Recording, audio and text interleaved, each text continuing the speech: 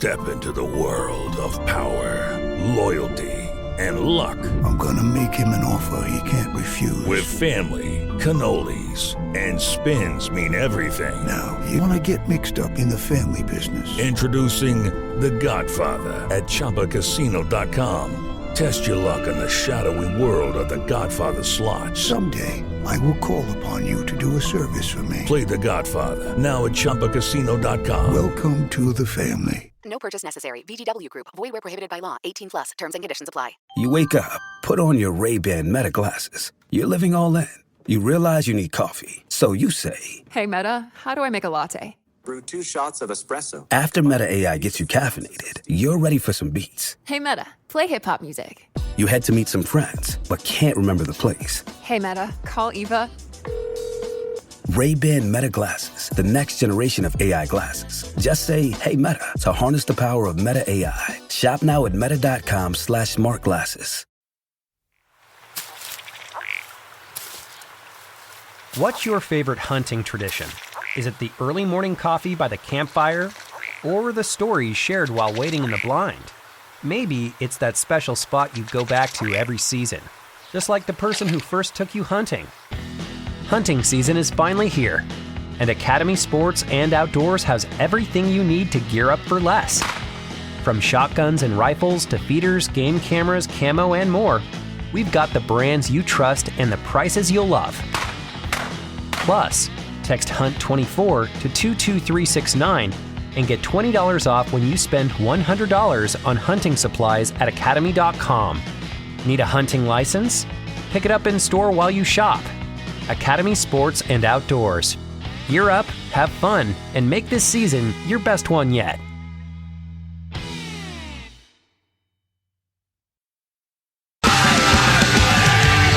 Feels so weird to be back in here the day after Christmas. I'm typically not available. It's Gaardsy in for Barreiro today. I'll be in tomorrow. Brett Blakemore pulling double duty, working the noon to 3 Packer preview to the preview show, which, by the way, I have no problem with. People need to toughen up a little bit in the Bradshaw and Bryan KFAN text line 64686. I listened to pretty much start to finish today. Very little Packer discussion. It was Packers-Vikings discussion. It's Packers week. Now, Yes. We don't need you guys both in full uniform like you are right now, wearing your Jair Alexander and Jordan Love jerseys. I think that's a little overkill. Wow. But the stream isn't even working anymore. I saw that the Power Hour wasn't available today, so nobody could even watch you. But Vikings fans need to toughen up a little bit. Congrats, by the way, to Davey. 30 years at the Fan. You just talked about it.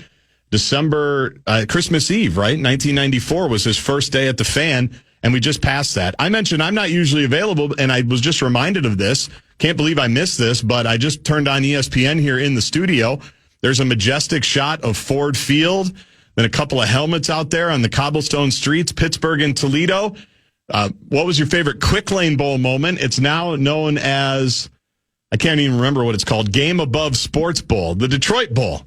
The bowl at Ford Field, which everybody likes to make fun of me for. I am a 3-time Quick Lane Bowl sideline reporter alum.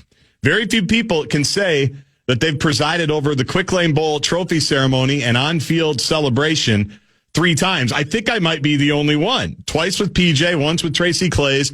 But I'm not there today, baby. I am not in Detroit today because the Gophers are heading to Charlotte a week from tomorrow. So we're here until 6. It's the regular Thursday schedule. Vikings programming takes over at 6. And you heard Sinekin, if you were listening to him, mention I've got a cavalcade of guests coming up. Kevin Seifert will make his weekly appearance. A few days later, he's going to join at 4:30. Pete Bursich will join about an hour from now. Looking forward to hearing from the Vikings Radio Network analyst. And then Chris Hine from the Star Tribune, who is on the Wolves road trip with the club, was in Dallas yesterday and on his way to Houston, where the Wolves take on the Rockets tomorrow night. He's going to join at 3:30. We're going to review the palpitations that were yesterday's Christmas Day game, where the Wolves led, I think, by 28 and held on to beat the, for the most part, Luka Doncic-less Dallas Mavericks. It was a Wolves season in one game yesterday. They looked really good, then they looked very bad, but they held on to win. We're going to talk about that.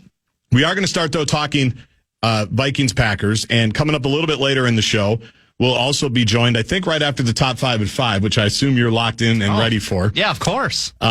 We're going to be joined by the senior executive producer of Packer Preview, Brett Blakemore, around 5:15 to give us the Packers side of things for the border battle, which, as I said on Tuesday, Off the top of my head, I said on Tuesday, I can't remember a time where the stakes felt this big for Vikings-Packers. It's always big because it is the border battle, because we don't like the Packers. They don't like us. We know that the Bears are a bigger rival. You don't even have to say that. We understand it.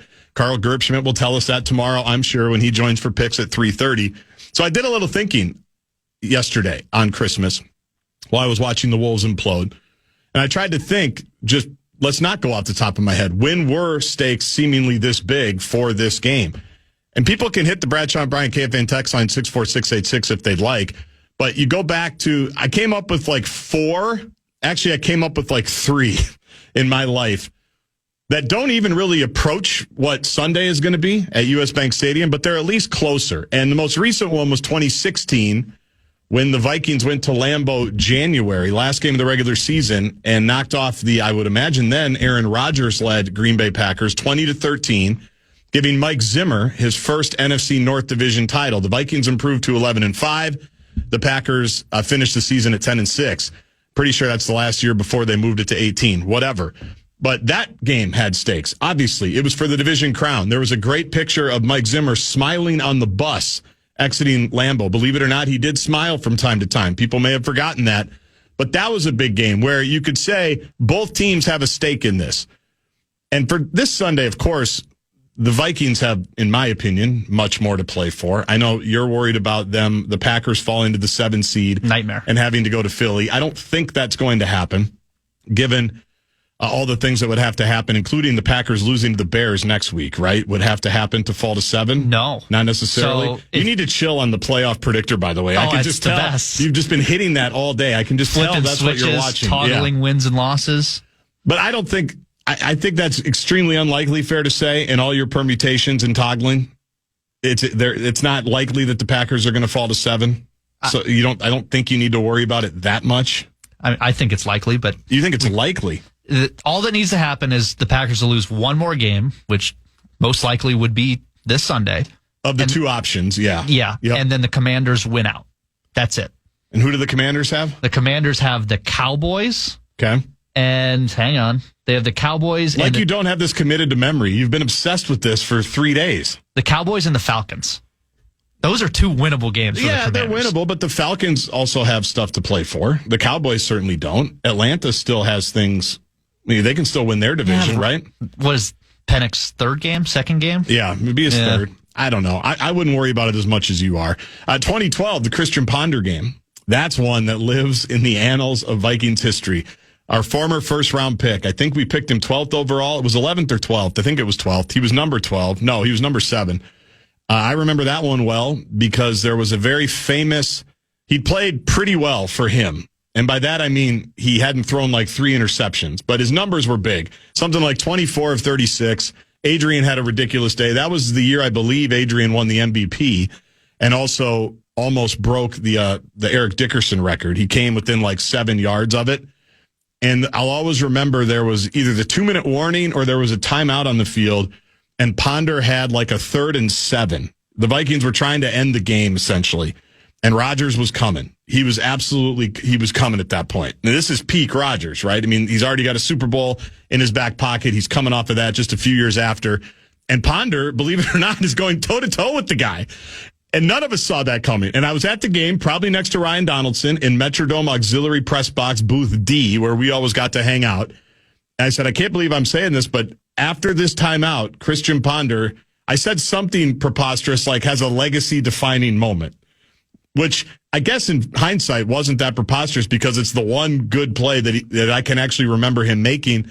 And I don't remember who he passed it to, but he threw it to the left. The pass was complete. The Vikings picked up the first down and I think ran out the clock to win the game. That was a win and in game where they had to win to get the wild card, and they went to Green Bay the next week, got crushed.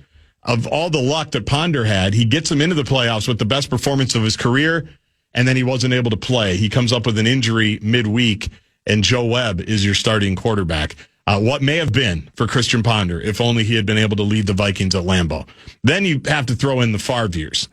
The Favre years, it just felt like the two that even come close to this in terms of hype are the Favre years and then the 98 year, because both of those signaled some type of sea change and shift. Like the Favre thing, obviously, you're named after the guy, for God's sake, right? Yeah. So, and just being there, good for me, both years at Lambeau in 2009, lesser extent 2010, but 2009, just the feeling, the vibe, the buzz, Packer fans not knowing what to do. Now, the Vikings kind of retaking the division at that point and having an unbelievable season. We all know how it ended up.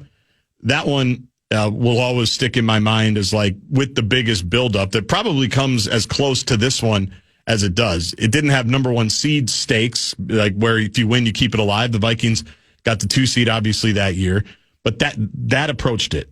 98 was a changing of the guard when Moss showed up on Monday Night Football and the game after, I think, Thanksgiving week at the Metrodome. And the Vikings, for that brief period of time, took the division away from Green Bay. But other than that, I don't remember one that's like this, where you could literally think about it all day and all night, and I have, and I'm sure a lot of you people have out there, Vikings fans and Packer fans. I know you just spent the better part of 3 hours on it, Brett, from the Packers side of things. Like, this is as good as it gets. It really is. I always tell you to enjoy the season. Sometimes it's harder than others. We all know that. But this was what the NFL had in mind when, however many years ago, they said, we want divisional games at the end of the season. That was a brilliant move. It was just a phenomenal move to put these big divisional games when everything's on the line in the last few weeks. And you never really know which ones are going to hit. You never really know which ones are going to mean more than the others. But to have this one with all the different permutations, what can happen for Green Bay? What can happen for the Vikings, as you guys talked about? If they win, the number one seed is attainable if they go and beat Detroit. That hasn't happened very often around here. In my lifetime, again, 3-ish times where they've been in the mix for it. And we know how important it usually is in NFC Championship games. Unfortunately for the Vikings, it wasn't that important in 98. They ended up losing. But we saw it when they had to go to Philly a few years back. We certainly saw it the Favre year, having to go to New Orleans because they stumbled through the month of December. But to have them be alive for the 1 seed, but possibly fall to the 6th, all on what hinges Sunday afternoon, massive. For the Packers, same deal. They can still catch the Vikings, right? They can get as high as 4, I want to say. Or is it 5? 5. Okay, they can get as high, of course, 5. Because that's the Vikings, it's going to be 1, 5, 6, or 7, essentially. Yes. There are 4 divisions in the NFC, the fan has learned. But they can get as high as 5. They can obviously fall as low as 7. And I think each of those presents different paths and different challenges. So enjoy the next few days. Like, if you've got nothing going on, why wouldn't you go to the Friday football feast in Plymouth tomorrow? Don't throw anything at Dave. That's happened before. I don't encourage that. That's rude. That's disrespectful. That's below the rivalry. But the next few days are going to be awesome. And I think a lot of it is because both teams are really good and both teams are really similar and both teams have great head coaches and quarterbacks playing well and defense is playing great and great stories at the running back position. Old guy is now here with the Vikings. The guy that they replaced him for is rounding into form. Josh Jacobs looks amazing, right? And everybody says this is the stretch why they got him. There's injuries on both sides, which we'll discuss as we go. But there's just so much to chew on, and we're going to do that for the majority of the show today from 3 to 6 o'clock. We are out, as I mentioned, at 6 early, really only a couple departures away from Vikings and Packers. Seifert will join us at 4:30. Bursich will join us at 4. A little bit of Wolves talk at 3:30 with Chris Hine, who's on the road with the Wolves, beat writer for the Star Tribune. When we come back, though, we will give you some of the injury updates on both sides because both teams have practice today as we're just a couple of days out. Some good news for the Vikings, some interesting news for the Packers, a lot more to get to as we continue our Vikings-Packers pregame to the pregame to the pregame on the... Hey, guys, it is Ryan. I'm not sure if you know this about me, but I'm a bit of a fun fanatic when I can. I like to work, but I like fun, too. And now I can tell you about my favorite place to have fun, Chumba Casino. They have hundreds of social casino-style games to choose from with new games released each week. You can play for free, and each day brings a new chance to collect daily bonuses. So join me in the fun. Sign up now at ChumbaCasino.com. Sponsored by Chumba Casino. No purchase necessary. VGW Group. Void where prohibited by law. 18+. Terms and conditions apply. Get ready to experience the magic of James Taylor live in concert. Don't miss out on seeing the legendary singer-songwriter along with his all-star band when they take the stage at XL Energy Center June 17th. Tickets on sale now. Get all the details, KFAN.com. Keyword calendar. Wolves discussion about 10 minutes from now with Chris Hine from the Star Tribune. He was in Dallas yesterday. He'll be on the, I think, calling us from Houston as the Wolves road trip continues against a bunch of really good teams. They do get the victory yesterday, as heard right here on the Fan, leading by as many as 28. Lead shrunk to 2. Kyrie Irving had a 3 to take the lead. He missed it. Ant got a layup. One of his few good fourth quarter plays that gave him just enough buffer to avoid a cataclysmic loss. Luka got hurt in the first half, did not return. It sounds like he's going to miss a lot of time as the Mavs, after a slow start to the season, had kind of rebounded very nicely. I think they're 18-11 now, and we're a top 4 seed in the West. The West continues to be bunched and jumbled, and the Wolves, I believe, are still in the playoff picture within a couple of games of the 5th seed and a couple of games outside of the 12th seed. So it's going to be one of those years. We'll talk to Hine about that about 10 minutes from now. Bursic about 40 minutes from now. We did mention some of the injury news from both teams. I know you guys talked about this noon to 3 as well. But if you're a Vikings fan, the good news is Harrison Smith and Ivan Pace Jr. were both active in participating at practice. That from Alec Lewis's tweet a little bit earlier from practice as the media left. Kevin Seifert was at practice as well. He's going to join about 4:30. But that's the big news, right? This time of year, you want to be as healthy as possible. For this matchup, too, you want both teams at their best. And we know the Packers are not going to be injury-wise, specifically defensively as well. You and I disagree on Jair Alexander, the importance of him. But Matt LaFleur in his press conference today saying it doesn't look like he'll be ready to go. Yeah, not great. That was the quote. So, and here's, you and I were arguing over Jair Alexander before the show to let people in, having one of our typical arguments. And it's not that he's not good. He's obviously good. He was a first-round pick. He was a second-team All-Pro a couple of times. But I feel like every time I'm checking in on Jair Alexander recently, it's because he's injured. And so I looked it up. I just said, I got to see this after we had our big fight, half an hour ago when you annoyed me. And I said, I got to see this. Because I just don't think, it's obvious he's impactful.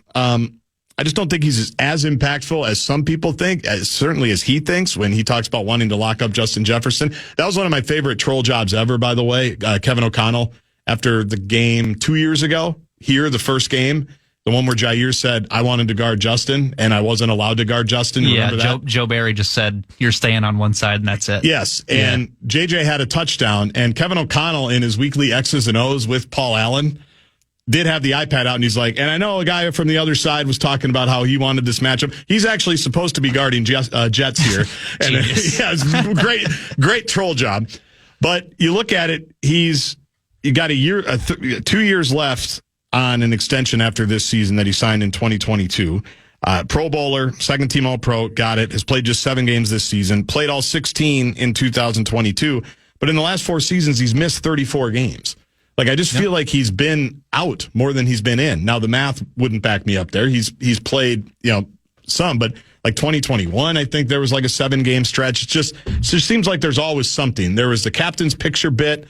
At some point, I agree with what Sinekin said. It's more than the injury. I think something's just off here. And I don't think he's going to play with them again. It seems like, because at some point, just too much stuff becomes too much stuff. It's yeah, you're great. You're good. We love you. You've been an All-Pro. We drafted you in the first round. Here's your contract extension. But there's just too many little things that are adding up there. So doesn't sound like he's going to play. Christian Watson didn't practice today. I was watching that part of the press conference. They think he's kind of a guy that can just line it up and play on Sunday. They're not necessarily worried about him going through everything, which makes a lot of sense. But if you're a Vikings fan, and I am, the good news is that Hitman looks like he's going to be good, and Ivan Pace Jr., perhaps more important to this injury, to this team, looks like he's going to be good as well. His window's been open. And that's one of the things I want to talk to Bursic about is the numbers certainly back up that this is a different defense when Ivan Pace plays and certainly when Blake Cashman plays. But the Pace thing is fascinating because he is an undrafted rookie free agent that just kind of climbed into a role and has become ridiculously important. And to me, the biggest thing as I look to this game on Sunday, where I think it's going to be decided, and I don't know where you fall on this, and we're going to talk to senior producer Brett Blakemore from Packer Preview at 5:15. I'll get his specific thoughts on this then, but I want to know, will the Flonami take over Love Island? As the Flonami is going through whatever ocean you want to throw it to, and you get up to Love Island, where Jordan Love lives and plays, where you, I assume, own a couple of condos. I own the Love Lodge. Yeah. Yeah. Can they disrupt a Packer offense that has been undisruptible the last 5 games? The numbers, since their bye, the numbers are insane for the Packers. And I heard the pillow fight between Charch and Cinny about, well, who have you really played? But no, who have you really played? And what's your best win? No, what's your best win? And yes, there's some horseshoe to both of these teams being at their records. And who the Packers have had to play and who they haven't had to play absolutely factors into it, just like it does for the Vikings. But you start looking at some of the numbers, and they're top 5 in like every offensive category, old school and new school, specifically since the bye, once Jordan Love came back off the injury and got things going. So I'm just fascinated because the Vikings defense has been good all season at taking the ball over, or turning the ball over, taking the ball away, and making plays when they need to make them. Even, go back to the Seattle game a week ago, all of a sudden Geno Smith is dealing and the 12s are going crazy and the Vikings can't get off the field until they can and until they do, and then they finish the game. Eventually Flores figures out the right pressures, and eventually the players kind of take it from there. But they do give up some stuff. And if you do a deep dive, I'm sure some of it is because they've spent, like the Packers and the Lions, very little time trailing all season. I think they're like 3 of the top 5 teams in minutes led through this whole season because they've just been that dominant. But you go back to even the beginning of the season, there's a reason why they were bringing Stephon Gilmore in late. There's a reason why they were making trades during camp. They needed some help in the secondary for a bevy of reasons. For players that weren't playing very well, obviously the Kyrie Jackson tragedy was part of that as well. But cornerbacks have not necessarily been a strength, and I think part of the reason why they are so apt to lean into pressures as much as they are is because they know that. They know that they don't have a bunch of lockdown guys, a Jair Alexander in his prime, that can just take a side and say, I'm good. So they don't have a ton, in my opinion, great cover guys. And everybody knows the number by now because we've all read the same Alec Lewis piece and we've all been talking about it, that only the Ravens have allowed more passes of 16 yards or more than the Vikings. And I don't watch the All-22 of the Packers often, but when I do, Matt LaFleur he's like KOC. He's like Sean McVay. He's like Kyle Shanahan. They want to push the ball down the field. They want to take shots.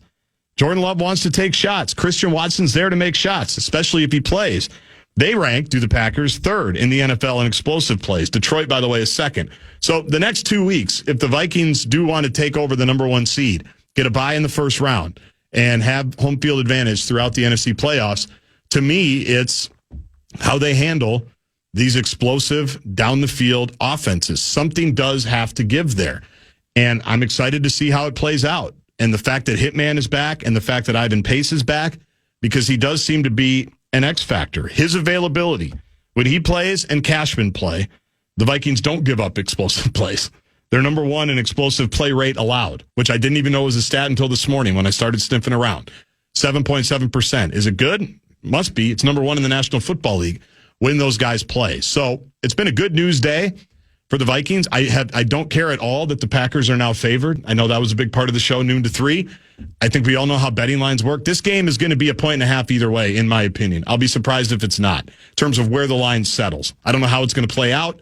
Football is a funny game, but this, to me, has always seemed like a point or two one way or the other, and we'll just see where the money's flying in. Obviously, with the Vikings opening as a favorite, a lot of money coming in on Green Bay. Green Bay's hot. I mean, they are hot. They've scored 30 points in the last 5 games, right, of each of the last 5. Offense is cooking. Jordan Love looks incredible. LaFleur's a stud. You just go down the list. It's exactly what a late December game should be when you've got 2 division teams. Both teams playing well. Both teams have MVP-type caliber athletes all over the field. But I do think what's going to decide it, because I think the Vikings offense and the Packer defense, I think, is going to be a little bit of a give and take as well. But if Jordan Love is rolling like he has been and the Flonami can't stop it, I don't know if the Vikings can necessarily win a shootout, even against a Green Bay Packer defense that does have some injuries and things like that. So hit the Bradshaw and Bryan KFAN text line 64686. But that, to me, is the biggest question, is how the Flonami holds up against Love Island. And Matt LaFleur did not want to talk much about the Brian Flores defense and what makes it so good, because kind of, as he said, we feel like we know some of it, and I don't want to give away the answers to the test and let him know what we're thinking. He was doing the secrecy bit, but they're going to have some answers. They're going to have some stuff that the Flonami hasn't seen. And who wins that chess match, I think, is going to be an interesting bit. 64686, as I mentioned, the Bradshaw and Bryant KFAN text line. You can also tweet me at Gaardsy. A lot of guests coming up between now and really the top of the 5 o'clock hour. We might have some time to get into some talkbacks and stuff in the 4. But Kevin Seifert about an hour from now. Pete Bursich for more Vikings-Packers in 30 minutes. When we come back, though, we'll check in on what's going on with the Timberwolves. They won yesterday, finally, snapping a 3-game losing streak.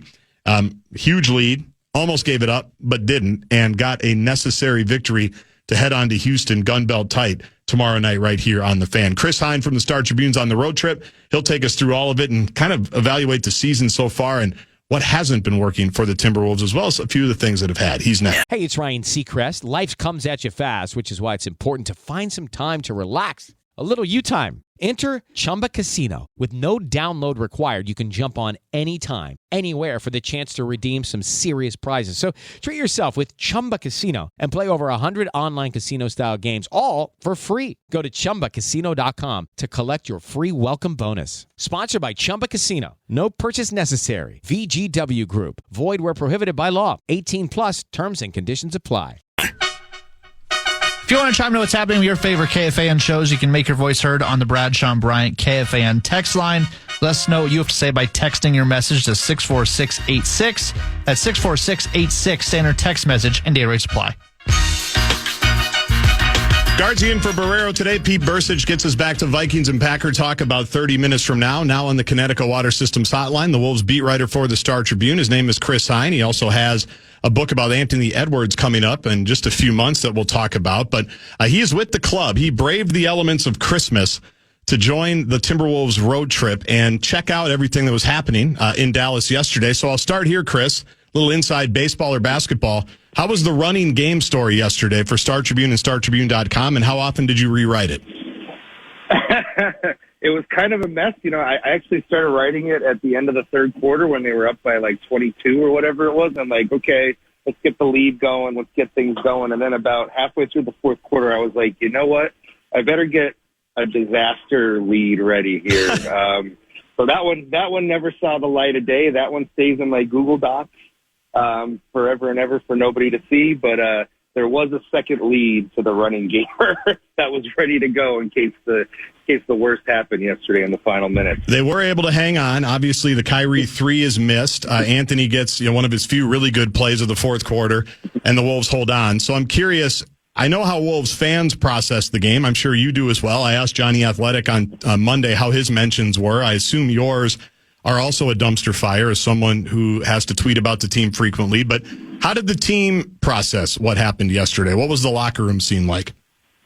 You know, I think in the NBA, 20-point leads, I think fans panic about 20-point leads evaporating more than NBA teams do. Yep. I think they tend to think it's kind of just part of life in the NBA sometimes, right? You come back from 20-point leads, you lose 20-point leads sometimes in the NBA. So I think they were just happy that they got a win. It was Christmas. Everybody's families were in town. Yep. And at the end of the day, they got a win. So as much as fans may have angst and disappointment that they lost that lead, they themselves were happy that they could go back to the hotel and celebrate a nice Christmas with a win with their families. That's honestly how they felt. They weren't fretting too much over the lost lead, to be honest with you. Well, it did feel like, and you were at most of the games, if not all, it felt like a microcosm of the season, right? Where the first three quarters, I don't think they could have played any better. And even with Luka leaving the game, Kyrie's still there. Mavs still have equity. They're still trying to win that whole bit. The ball movement was maybe as good as it has been all season long for three quarters. And then like it often does, it kind of shut down in the fourth. So from your perspective, what happens when that just abruptly changes and the ball popping around and flying around stops and gets sticky, as Chris Finch has said so often during his tenure here? You know, I asked some guys about this after the Atlanta game when things kind of spiraled. It just feels like this team is prone to just having things just spiral in a negative direction, especially on offense, right? A couple bad possessions, you know, and then another team goes on a run, and then next thing you know, Ant's trying to do something by himself, or maybe Julius is trying to do something by himself. They're trying to take it on in isolation to get themselves a bucket because they're capable of doing that, but it ends up in bad possessions. And it just kind of snowballs. It feels like this team is very prone to that, even if they maybe disagreed with it. That's just my observation from it. It just seems like, good play begets good play and bad play begets bad play. That seems to be the thing on the offensive end of the floor for them. I don't know. It's very hard for me to try to understand. Sometimes it's like, guys, for 3 quarters, you moved the ball well. You saw what that was doing for you. And then all of a sudden for the fourth quarter, like, you want to go ISO ball. Like, can't you see what was working for the first 3 quarters and go back to that? But it's a hard thing for them to do in the middle of a game when you have the crowd and the pressure. But that's what separates good teams from great teams. Great teams are able to do that sort of stuff. Get back to what you know, get back to what works for you, instead of just trying to play hero ball and do it all one-on-one. Well, and so much of it to me, and we're talking with Chris Hine from the Star Tribune on the road with the Wolves. He's in Houston now. The Wolves take on the Rockets tomorrow night. A lot of it does come down to, obviously, your 2 heavy usage guys, right? Julius and Ant. And I want to focus on Ant for a couple of minutes here because it's such, to me, a fine line of he's your best player. He's a superstar. He can make ridiculous plays. But then there's times where he doesn't, and it's just, a couple of turnovers here, a missed shot there that become deflating and defeating. So how much does he still have to learn and grow of, hey, the ball's moving around, we'll get it back to you, we'll find ways for you to score, we don't need you to be the hero ball guy? Because it looked to me, Chris, yesterday, it was as simple as that. Like, the ball just kind of stopped with Anthony for a while, and then all of a sudden, here come the Mavs. That's exactly it. I think it got that way late in the third quarter when he, maybe got a little casual with how the game was going. He was kind of going back and forth with Kyrie throughout most of the game. Yep. It seemed like they were kind of talking to each other about the moves they were doing in the middle of the game, and maybe Ant got a little, maybe a little too careless with the score at that point in time, and then that mindset led to the fourth quarter yesterday. You talk to Finch and some of the other coaches, and it's like Ant has been, they think, doing a better job of making decisions in late game situations throughout the course of the season. But I always remind people this: 23 years old is still young in NBA years. Like, it takes guys a while to really figure this stuff out. And I know fans don't necessarily want to hear that, but it's just the reality of life in the NBA. A 23-year-old trying to navigate late game situations is much different than, like a Luka Doncic at 26, 27, or guys that are just a little bit older, have had the reps, have seen it night in, night out, and all these decisions and the way that you read a defense becomes instinctual. Like, I don't think it's necessarily instinctual yet for Ant. It's getting there, and he made big strides last year, especially late in the season. But I don't think what to do in late-game situations has necessarily become instinctual. Sometimes you can see him kind of processing the game out there, right? He's trying to make the right reads, trying to make the right move. But sometimes he just resorts to going one-on-one and taking a step back because, at the end of the day, that's the easiest thing for him to do, and he is capable of making those shots. You reacted to a tweet after one of the losses to someone saying what worries them is the lack of joy that seems to be coming from Anthony Edwards. We heard joy a lot this year in political arenas and sports arenas. But the fact that he's obviously a guy, and Tim Conley said this before, when he feels like Ant's at his best, he says he's in a full lather, he's sweating, he's screaming, he's demonstrative, he's excited, he's fired up to be there. We haven't seen that enough, I think, this season. And I think your response to the tweet was, this is a good take, that this team and the way that they've played seems to have kind of taken some of that joy away from how Anthony likes to play. So I guess further those observations, or follow up on those observations a little bit, as a guy who knows Anthony well, you're writing a book about him, what you've seen from him in that aspect so far this season. Yeah, it's interesting. Seeing him yesterday in the locker room, he was, obviously, when you win, things are happy, right? And he was preaching patience in the locker room yesterday, and we just got to be patient, and things will come, things will work out. It's easy to say that after a win, and then you hear him after some of these losses, and it sounds like he doesn't know what to do, right? The lane is clogged, and the officials are making it hard on him, and the team can't communicate this, X, Y, and Z. I think this is new territory for him, right? Because he is the leader. He is a vocal leader. He is the clear 1A of the franchise after this trade now. So there's a lot more burden and responsibility on his shoulders, whereas before he didn't have to assume these kind of leadership roles. He could defer to a veteran like Kyle Anderson or Mike Conley, or back in the day, Pat Bev. Guys like that could be kind of the leaders. Now he is the leader. People are looking to him for inspiration, for, late game situations, all this stuff, on, off the court, in the huddle, in the locker room. So it's a different burden of responsibility, and it's interesting to see him navigate that when you have that on your shoulders. And so it does sound like he isn't having as much fun at times this season, but winning cures all. So if you get a win, you have a happy aunt after the game, seemingly. You lose, you don't have as happy of an aunt. Interesting Julius Randle comment to you yesterday as well, talking about how he's had to change how he approached the game. And I think a lot of that makes sense. Basically, patience, again, is the word. There's a Nickeil Alexander-Walker quote I want to talk to you about as well from earlier in this road trip about fans having to have patience. But I think for me, Chris, the patience in terms of this fitting, it doesn't have to do so much about who's taking shots and when are they taking shots. On the Randle piece of it, where I think people have lost patience a little bit, are the defensive lapses, right? And people are sending out videos now of different Julius Randle defensive sequences that, go back to the Warriors game. It wasn't a great close by Steph Curry, in my opinion. He had wide open shots because the Warriors just put Randle in a blender and said, we don't think you're going to make the right call. So as much as people want to focus on the offense, and I think there's part of it too, is the defensive part of it with Randle fixable in your eyes? It's a good question. They got Karl to play, good, adequate to good defense in this scheme and in this structure when Karl wasn't, a noted defensive player, right? So I think it's been a process for Julius on that end of the floor as well. My thing with Julius, and I asked Finch about this once upon a time, and he kind of poo-pooed it, so to speak, but I asked, you see these offensive possessions that Julius Randle has, and sometimes he's got the ball for 10 seconds, and he's taking on two guys. He's playing bully ball a little bit. He's getting really physical. And I wonder how much of his offensive game takes away from his defensive game. Is he trying to rest on the defensive end of the floor because he has to play bully ball for 10 to 12 seconds on an offensive possession?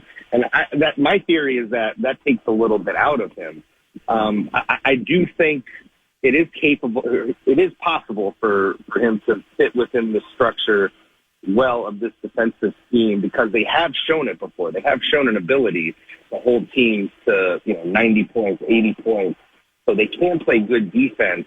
And the other thing I'll say is sometimes, and I think especially early in the season, there's kind of a saying in NBA circles, which is that sometimes a guy looking lazy or apathetic or effortless on the defensive end of the floor, it might just be confusion with where he's supposed to be. It's not necessarily that he's not trying hard, and sometimes it can come across that way on film. And I think that was the case early in the season with Julius. I think there was a lot of indecision, and so it comes across on film as if he's not trying, but really he's just kind of stuck in the middle of where he should go, and then that comes across as somebody being apathetic or lazy. So I think there might be a little bit of that in there sometimes as well, and it's not just kind of all, he didn't try on this possession. So, it may sound like I'm making excuses, but that's just the reality of kind of how teams evaluate things and how NBA teams play defense sometimes. Yeah, I actually hadn't thought of that, and I think there is some of it where you do see where he's not exactly sure where to go. Frustrating part for fans, obviously, is they just had a year where everybody always knew where to be defensively, right? And that was their hallmark.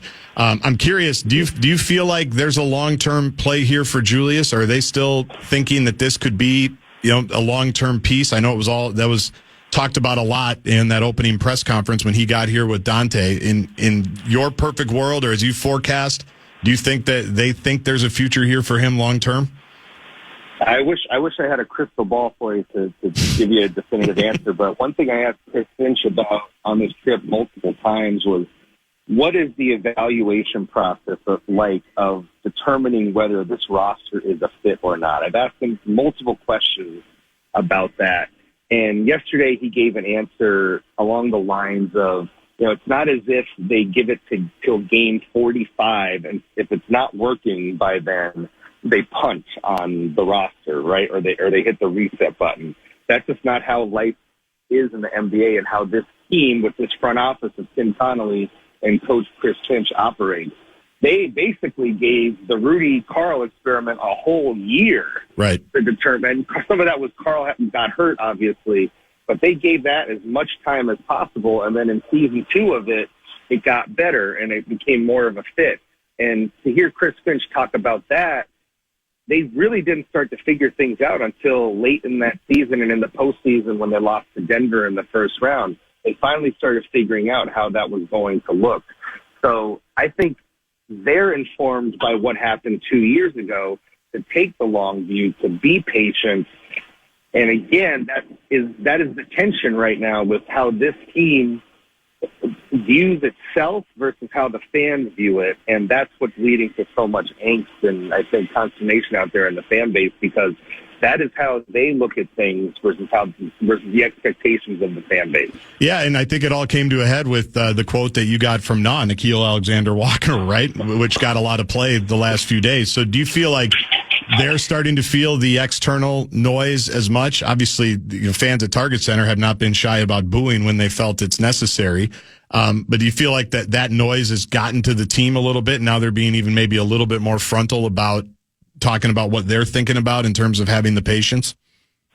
Yeah, I think so. They're human, and Dante DiVincenzo even referenced it when they had a little slide earlier. Like, you hear the outside noise, they hear the booing, so it does get to them. It does affect them. They can't help but sometimes see it because they're on social media like everybody else. Even if they're not posting, they're certainly looking at things, right? So it definitely does have an effect, and when things are going bad, it adds to it. That's why I think it was so necessary just to get a win and especially to not blow a 28-point lead and have a result in a loss yesterday was I think incredibly huge for their psyche just moving forward here. So they are human at the end of the day, and they hear the complaints, they hear the boos, they see the comments on social media, and that's the challenge for them as professionals, is to not let that creep into their mindset, have it affect the team chemistry, have it affect how they view each other, and try to stay together in the midst of what people may be saying on the outside. Last couple of minutes for Chris Hine, Star Tribune beat writer for the Wolves. He's on the road with the club in Houston tomorrow night. They get the win yesterday in Dallas. As a music lover, which anybody who follows you on social media knows you are, did you have Alanis Morissette in your head like I did when Jaden McDaniels gets called for a foul on that review of Kyrie Irving yesterday? I lost my mind, Chris. Did. And I almost used that as like the heading to that part of the gamer. I almost said, isn't it ironic? Because it definitely was playing in my head when I saw that yesterday. I'm like, oh wow, this is going to get overturned to a foul. Yeah, and it's the exact situation of the playoffs. Only the Wolves are still going to lose in the end here. So yeah, I definitely had Alanis Morissette ringing in my ears yesterday.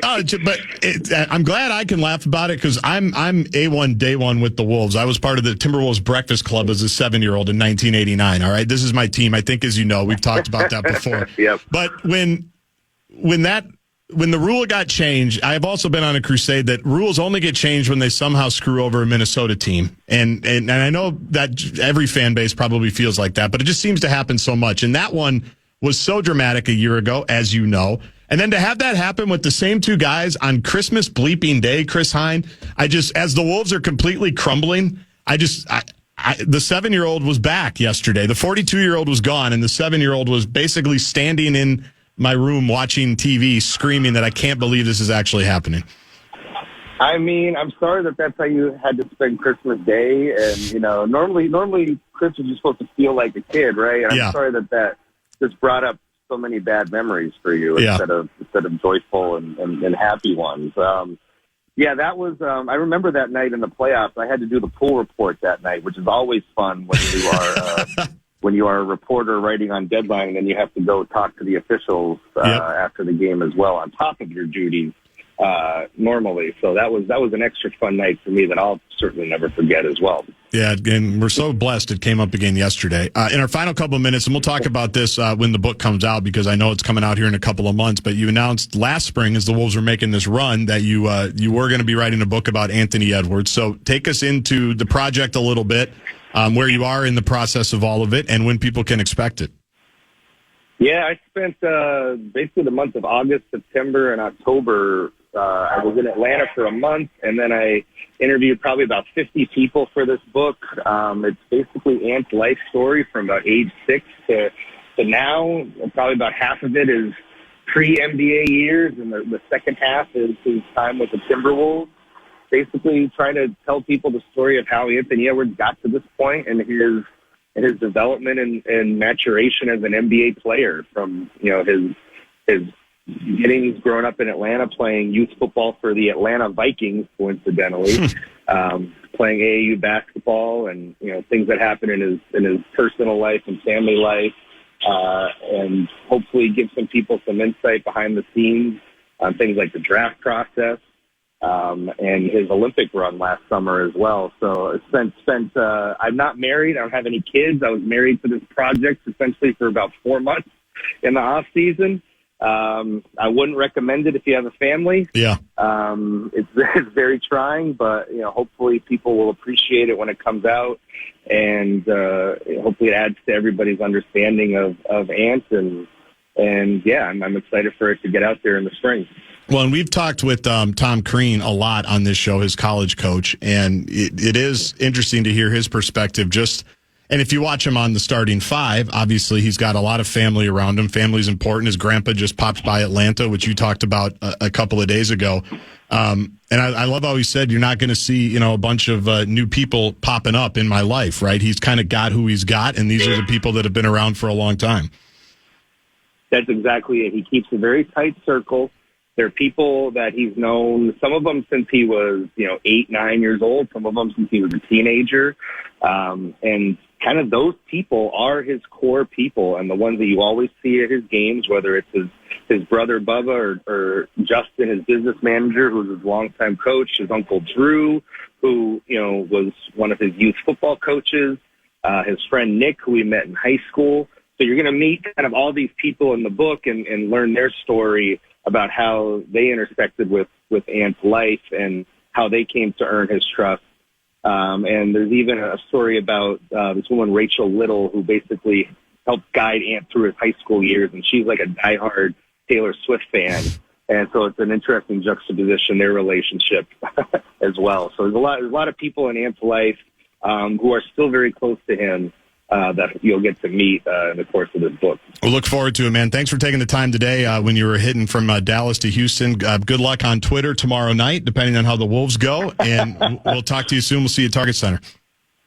Thank you, Gaardsy. Appreciate it. That is Chris Hine from the Star Tribune on the road with the Wolves, covering the game yesterday and obviously the game tomorrow. You can follow him at Christopher Hine, Hine, and all the information about his book on Anthony Edwards is right there on his pinned tweet. He mentioned that during the playoff run a year ago that he was writing it, and certainly everybody's interested in Anthony Edwards, so that should be an interesting one. We'll pivot back to the Vikings, get a preview of the border battle from the Vikings Radio Network side. Pete Bursich is going to join when we come back. Kevin Seifert about 30 minutes from.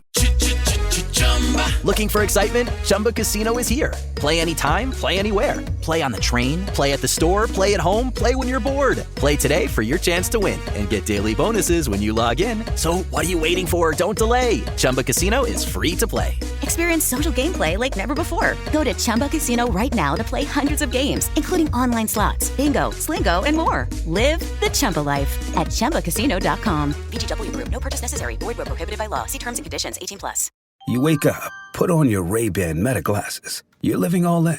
You realize you need coffee. So you say, Hey, Meta, how do I make a latte? Brew 2 shots of espresso. after Meta AI gets you caffeinated, you're ready for some beats. Hey, Meta, play hip-hop music. You head to meet some friends, but can't remember the place. Hey, Meta, call Eva. Ray-Ban Meta glasses, the next generation of AI glasses. Just say, hey, Meta, to harness the power of Meta AI. Shop now at meta.com/smartglasses. What's your favorite hunting tradition? Is it the early morning coffee by the campfire or the stories shared while waiting in the blind? Maybe it's that special spot you go back to every season, just like the person who first took you hunting. Hunting season is finally here, and Academy Sports and Outdoors has everything you need to gear up for less. From shotguns and rifles to feeders, game cameras, camo, and more, we've got the brands you trust and the prices you'll love. Plus, text HUNT24 to 22369 and get $20 off when you spend $100 on hunting supplies at academy.com. Need a hunting license? Pick it up in store while you shop. Academy Sports and Outdoors. Gear up, have fun, and make this season your best one yet.